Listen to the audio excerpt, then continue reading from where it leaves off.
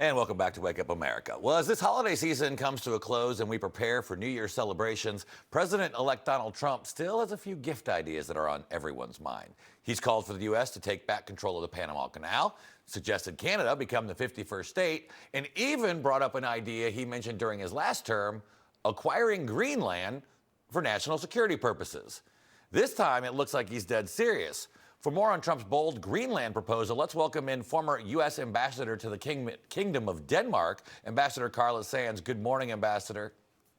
Good morning, Mark, and congratulations to you and Christina on your show. Oh, thank you. So first off, why are we talking about Denmark when it involves Greenland? I don't think many people understand the relationship there.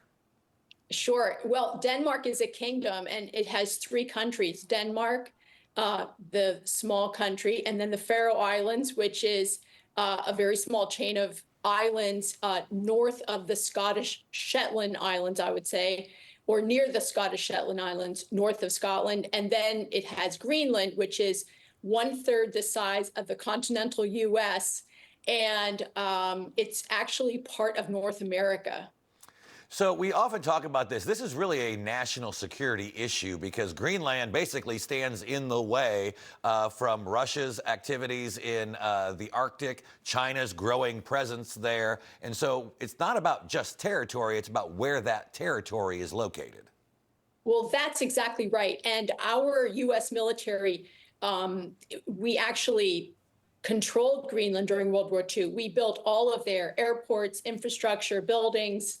Everything that was in Greenland that was modern was built by our U.S. military when we occupied Greenland during World War II. And then we had a presence there up until the Cold War. And then we had that peace dividend and left Greenland, turned everything basically over to Denmark, and just closed up shop. And we hadn't had a diplomatic presence or relationship with Greenland for 67 years when I got to Denmark.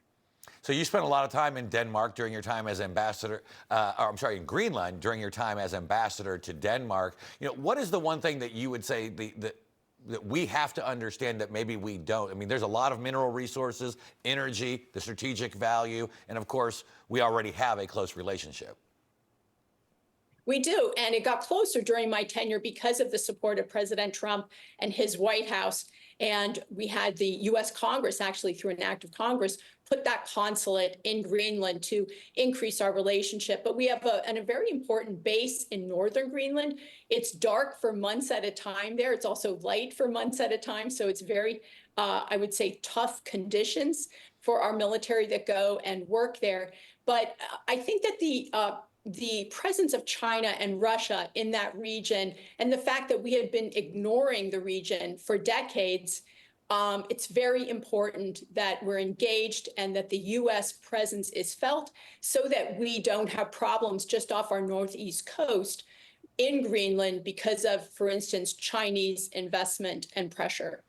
Now, as a U.S. ambassador to the kingdom during the first Trump term, this was obviously not a new topic for you to deal with. I mean, how does the Denmark government, how do they react to this? And is there any chance that this is actually going to come to fruition?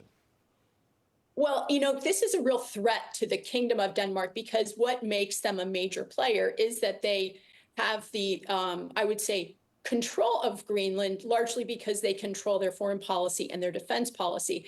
But let's look at Denmark itself. It's a country of about 5.5 million people, and they don't have the resources to develop Greenland. There is no development there. I mean, Denmark helped to fund some airports in Greenland when the Chinese government tried to fund and construct them several years ago, but there's no road between any town in Greenland. There's zero infrastructure, basically, and it's a gigantic area. So the idea that little Denmark, which can't even defend its own territory, the small country of Denmark, can defend Greenland is preposterous. So they can't afford to defend it, and they can't afford to develop it. There's no development. And so I think what President Trump is suggesting is a very common sense. He's the third U.S. president to make this proposal.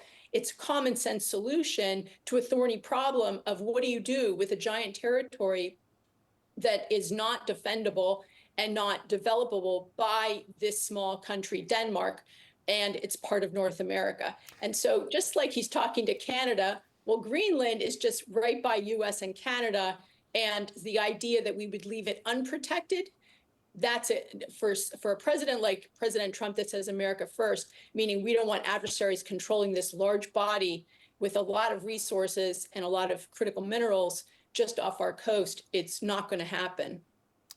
Well, we'll keep a close eye on it. Ambassador Carla Sands, thank you. We'll have you back as we follow the developments here. Thanks, Mark. Thank you. Stay with us. We'll be right back.